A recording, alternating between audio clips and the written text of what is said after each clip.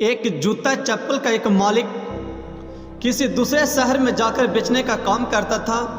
एक दिन उसके मन में ऐसा आया कि अपने जितने सारे नौकर थे उसे कहे कि देखिए, इसे हमारे कंपनी के बगल वाले गांव में जाइए, वहाँ हमारे जूता का प्रचार करिए ताकि हमारे कंपनी से अधिक जूता बिक सके। एक नौकर को भेजा, उसने गांव में गया और गांव में जाने के बाद देखा तो तुरंत मालिक के यहाँ टेलीफोन किया। मालिक बोला क्या हुआ? नौकर बोला कि यहाँ पे जूता नहीं बिकेगा। मालिक बोला क्यों? उस नौकर ने बोला कि सर, यहाँ किसी के पैर में जूता है ही नहीं, कोई जूता पहनना जानता ही नहीं, तो यहाँ जूता बिकेगा कैसे?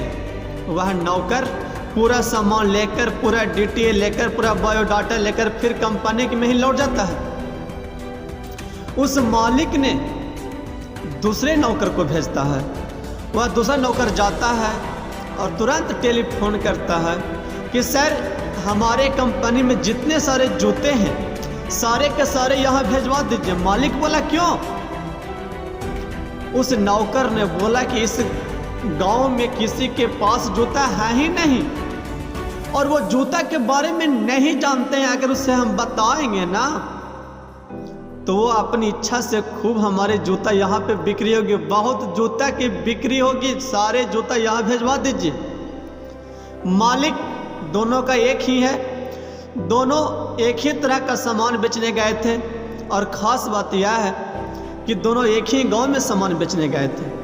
अब अंतर इसी जगह से होती है, सोच से होती है कि किसी समस्या को आप किस तरह के सोच के आप उसे हल करते हैं, किसी समस्या को किस विषय से लेकर कैसे उसको हल करते हैं। यही समस्या और यही आपके ऊपर निर्भर करती है कि आप अपने जीवन में आने वाले समस्याओं को हल आप कैसे कर सकते हैं।